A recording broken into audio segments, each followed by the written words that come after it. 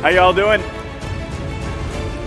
Welcome to the penultimate session here at FII. It's been an extraordinary 3 days. In just a bit, we're going to hear from the man at the helm of FIFA about the World Cup and more in his conversation with Richard Atias. I'm talking, of course, about Gianni Infantino. But first, buckle up. We're going to talk about, we're going to jump in the fast lane for a crash course in the business of sports. So, Jean is going to join us in a moment. Let me begin by introducing some of our panelists, starting with Rodi Basso. Rodi is co-founder and CEO of the E1 series, the first and only World Electric Powerboat series. Super cool. Rodi spent his formative years in motorsports, working with the best in the business, including McLaren and Ferrari. Our next panelist is Metta World Peace. Metta, I mean, if there are any fans of the Los Angeles Lakers here. So if you know the Los Angeles Lakers, you know Metta. Metta played for 6 different teams, the NBA, over 7 years. He's been an NBA All-Star, the NBA's Defensive Player of the Year, 2004, if I'm not mistaken. He won an NBA championship with the Los Angeles Lakers, and in business, he's founded the Artest Management Group. He is a legend. Thank you for joining us. Let's hear it for Metta. Thank you. Let's have a seat. And finally, our last but not least, our third panelist, led Peugeot to 4 victories, you correct me if I got this wrong, at the Paris-Dakar Rally, 2 at the Le Mans 24 Hours race, 4 World Rally Championship titles before going on to lead Ferrari's Formula One Team 2, wait for it, 14 titles. He's also served as the CEO of Ferrari and only just retired as the president of the FIA. Today, he serves as the UN Secretary General's Special Envoy for Road Safety. He's been doing it for a number of years. He's very passionate about it, and we are pleased to join him here today. Jean, a.k.a. Mr. Speed. Please welcome him. So, Jean, let me kick it off with you. We're here to talk about the business of global sports. It's estimated that it's worth about $500 billion, $500 billion. Motorsports, just in themselves, are thought to be worth about $200 billion of that. Before we talk about the future, what is the secret of success? What is it about Formula One that makes it such a good business? I mean, first, thank you. Please. For hosting this panel. Good afternoon, everybody. And I mean, you just mentioned in motorsport, you have different categories. You are rallying, you have sports car, you have Formula E, you have Formula One, and clearly the pinnacle of motorsport is Formula One. And it has been growing all the time. And it's generating a lot of interest from manufacturers, from sponsors, from fans, from TV. And maybe, Formula One was not so popular so far in the US until Netflix engaged with Drive to Survive. And next year, you will have 3 Formula One Grand Prix for the first time in US, Austin, Miami, and Las Vegas. So it's just getting Las Vegas bigger next year. And bigger, yeah. But just let me check with the audience here. Can everyone hear Jean well? Okay, fantastic. Thank you very much. Rodi, some analysts estimate the sports industry just over the next 4 years could grow by a whopping 40%, from 500 billion to 700 billion. Where do you see the growth? Where's the sports industry going? Well, there are so many opportunities, and of course, we can talk about the sport in general. And when I hear this kind of question, I like to start from the heart and the vision of the sport from the very beginning, which is very much about pushing the boundaries and the limits of what is possible, and also generate entertainment, even though I like to say enjoyment. And we know that we go into a very difficult times, as we understood and learned also in these 3 days. And I'm sure that the sport needs to do as much as possible to generate emotions, positive emotion, especially hope for the people, that they can see that by trying hard and working together as a team, in a teamwork, you can go over all the possible crises and burdens. To go more into some example, I believe that the potential is in the blur between virtual and reality, and by combining somehow the gaming industry and the sport industry to become one. So it's all about fusion. So that's one aspect that I have in my mind. The second point that I would suggest is also the human-machine interface. The motorsport, where I come from, or where I am now, I like to call it in general, the high-speed sports, are all about human-machine interface. And if you dig into the heart of what this means, in the end, we're talking about decision-making, we're talking about strategies, we're talking about so many applications of technologies, and now we talk about sustainable propulsion as well. So all these aspects will have an important impact on all the possible sectors, and so more and more technology companies will be interested in being part of it and develop case study and prototype to then be used on a commercial side. The other important point that I have to say is that betting, of course, will be seen growing, and we will have to find the rules country by country in order to make it ethical and to make it appropriate. But for sure there is a mega trend there. And I say last but not least, women in sport.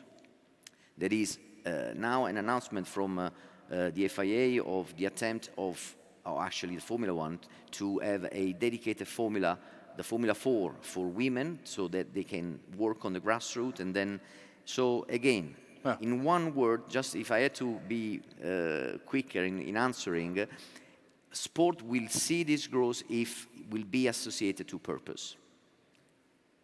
Got it. And I want to come back to all of you on specifically what you're doing next as part of that vision. But Metta, let me start with you. So we talked about Formula One, the importance of motorsports. Of course, you're an NBA guy, right? The NBA has seen explosive growth.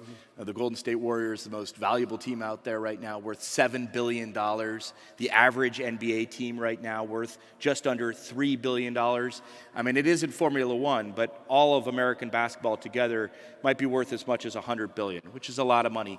And most people think just over the last year it's grown by 15%. So the NBA is on fire, quite clearly, and the NBA is synonymous with professional basketball in the United States. So where do you take it from here? Yeah, I think I played in the NBA a long time, and once I would like to say thank you for having me. It's been an honor to be here at FIA, but I played in the NBA a long time. We're most pleased you are here. Thank you. And so playing for 17 years, I was able to see a lot, from being the best on my team, to being a role player, to having endorsements.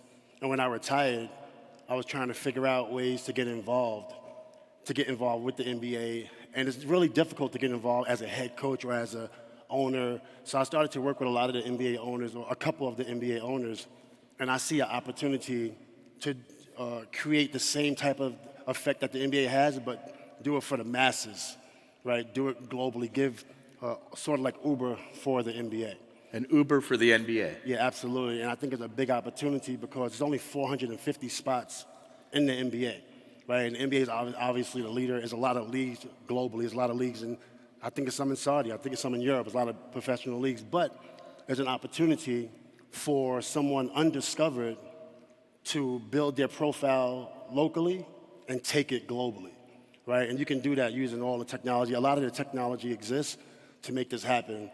So you don't necessarily need to be involved in the NBA to have the same impact. Through this global platform, yeah, where effectively, like you said, Uber for basketball. Right. You sign up, you say, I'm a player, I'm available, I want to play.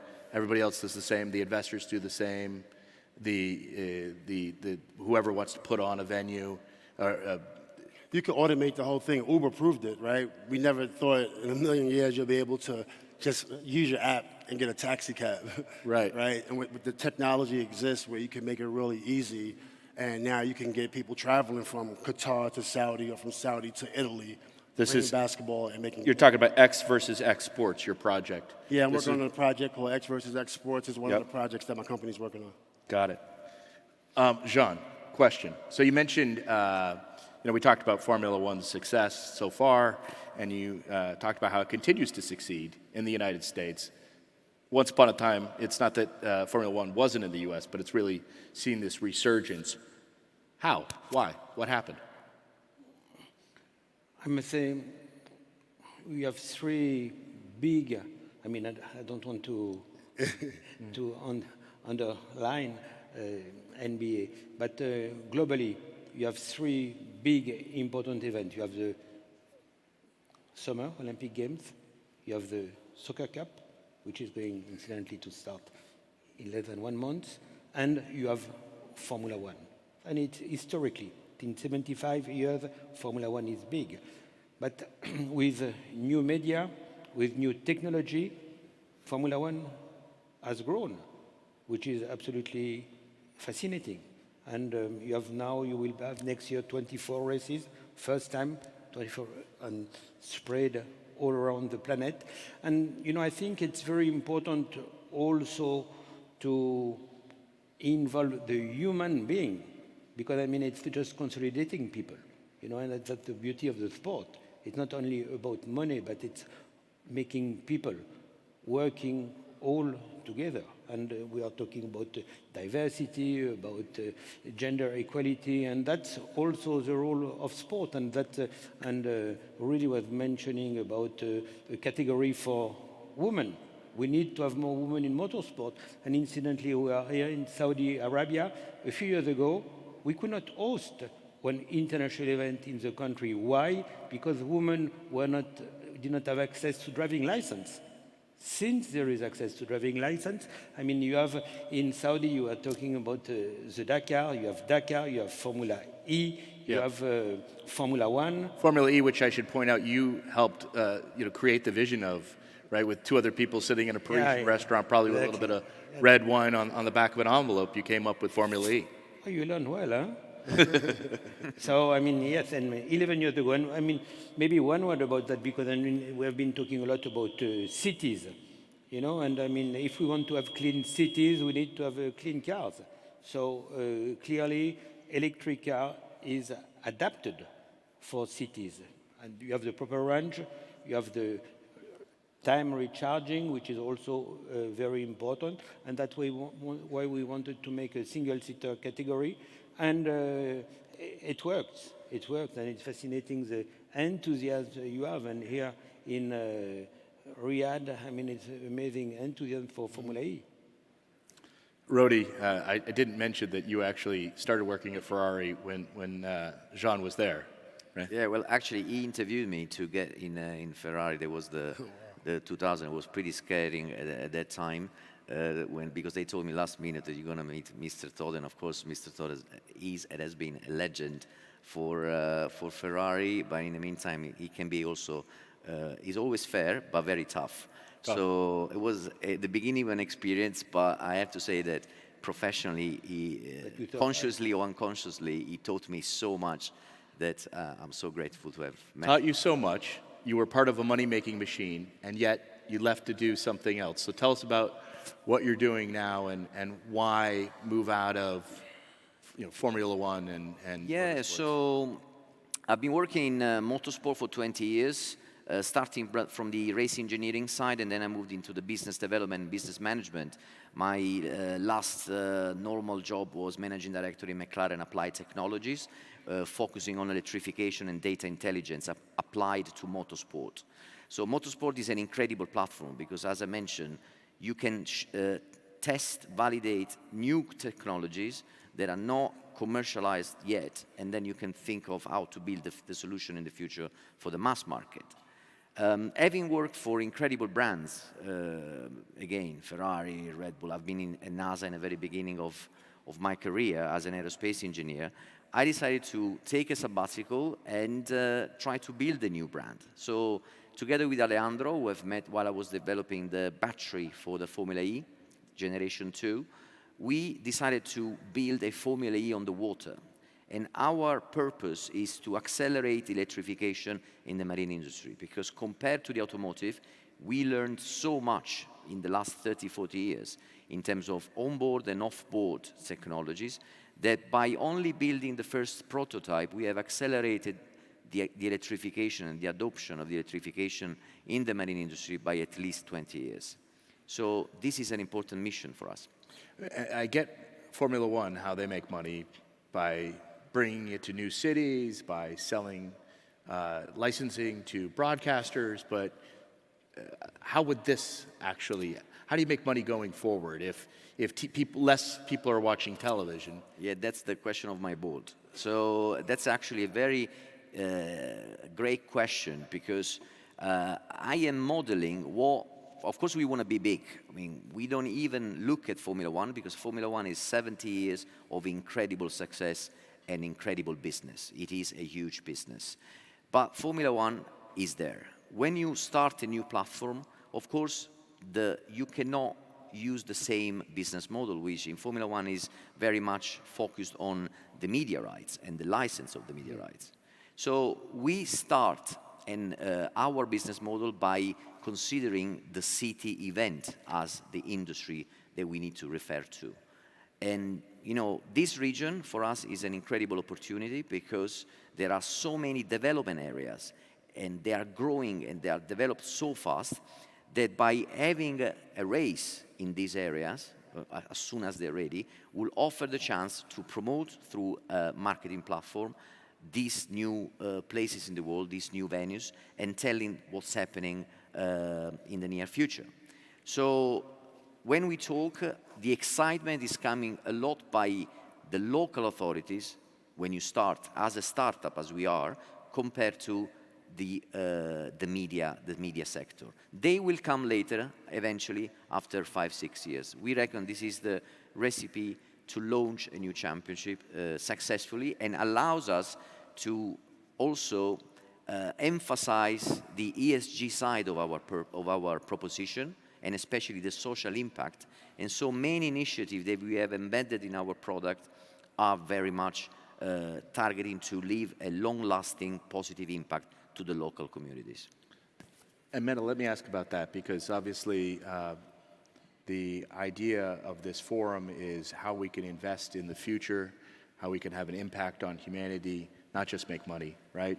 So I know you care a lot about mental health issues. You're on the board, if I'm not mistaken, of the psychiatric ward of UCLA. This business idea of yours, how does it move us forward? How does it help the world? Well, it's very empowering. When I was thinking of Experts Exports, how do you create a way where anyone could build an audience playing basketball? Because being that I play basketball, I like to start with basketball, but create a business out of it and give anyone an opportunity to get exposure as a player, as a coach, even as an owner. A lot of people want to invest in the NBA, they want to invest in the NFL, but it's really hard. Even if you're a billionaire, it's really hard to get involved with these professional sports teams. So I figured I can bring a lot of that together on one platform and give the same experience, and it opens it up for women. As he spoke to earlier, a lot of women don't have the same opportunities because we're not really developing a platform necessarily for women. We're asking the women to, we market the women the same way we market the men. Well, we got to try to keep it separate, right? So you give the women an opportunity to create their own vision on how they see their teams running versus, you know, running it like how a man would run, you know, the NBA. So from that perspective, if you look at the WNBA, there's a huge salary gap. And I think with a platform like this, you know, a woman could actually level the playing field, and they can be marketed differently, and they can just go global and build their own audience. It's interesting, sort of empowering the individual in sport as opposed to growing a whole, for example, league. Yeah. Like, okay. And Jean, quick one. I know you founded the Institute for Brain and Spinal Cord Disorders. Obviously you're serving right now in the UN, focused on road safety. So impact on humanity, how does Formula One and your life in this business contribute to safety and But I mean, you know, it's quite simple. I got a lot, I'm privileged. I got a lot from my passion, and I think if you need to give something back. So clearly, motor racing is dangerous. Saying that we have been improved safety drastically.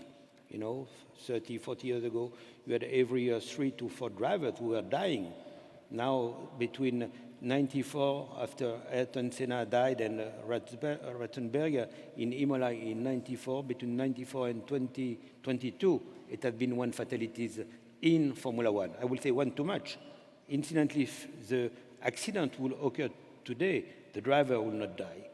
So when you have this experience, and I mean, you think about the world, and you think that you can be a contribution.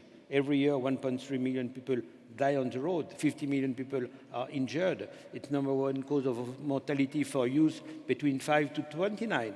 So that's why I decided that I will give this part of my life for UN, for a Brain Institute, and I'm happy with that.